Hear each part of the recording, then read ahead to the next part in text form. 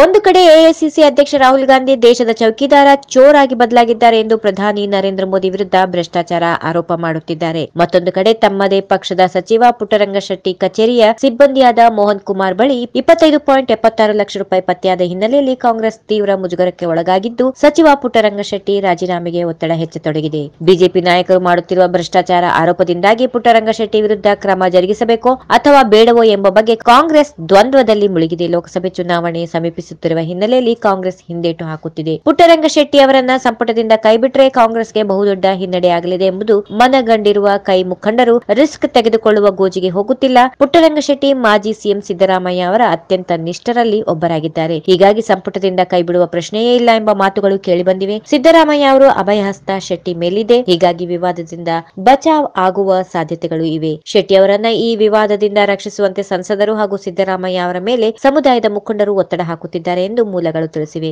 ಒಂದು ವೇಳೆ ಶೆಟ್ಟಿ ವಿರುದ್ಧ ಏನಾದರೂ ಕ್ರಮ ಜರುಗಿಸಿದರೆ ಅದು ಸಮುದಾಯಕ್ಕೆ ಮಾಡಿದ ಅವಮಾನ ಎಂದು ಹೇಳಲಾಗುತ್ತಿದೆ. ಈ ಮಧ್ಯೆ ಮಾಜಿ ಸಿಎಂ ಸಿದ್ದರಾಮಯ್ಯ, ಕೆಪಿಸಿಸಿ ಅಧ್ಯಕ್ಷ ದಿನೇಶ್ ಗುಂಡೂರಾವ್, ಡಿಸಿಎಂ ಜಿ ಪರಮೇಶ್ವರ್, ಜಲಸಂಪನ್ಮೂಲ ಸಚಿವ ಡಿಕೆ ಶಿವಕುಮಾರ್ ಹೊರತುಪಡಿಸಿ ಕಾಂಗ್ರೆಸ್ನ ಪ್ರಮುಖರ ಪೈಕಿ ಯಾರು ಪುಟ್ಟರಂಗಶೆಟ್ಟಿ ಬೆಂಬಲಕ್ಕೆ ನಿಂತಿಲ್ಲ. ಈ ಪ್ರಕರಣದಿಂದ ಪಕ್ಷ ಮುಜುಗರಕ್ಕೆ ಒಳಗಾಗಿದ್ದರೂ ಪುಟ್ಟರಂಗಶೆಟ್ಟಿ ಮಾಜಿ ಸಿಎಂ ಸಿದ್ದರಾಮಯ್ಯ ಅವರ ಆಪ್ತ ಎಂಬ ಕಾರಣಕ್ಕಾಗಿ ಕೆಲವರು ಮೌನವಾಗಿದ್ದಾರೆ. ಈ ವಿಡಿಯೋ ನಿಮಗೆ ಇಷ್ಟವಾದಲ್ಲಿ ಲೈಕ್ ಮಾಡಿ, ಶೇರ್ ಮಾಡಿ, ಸಬ್ಸ್ಕ್ರೈಬ್ ಮಾಡಿ.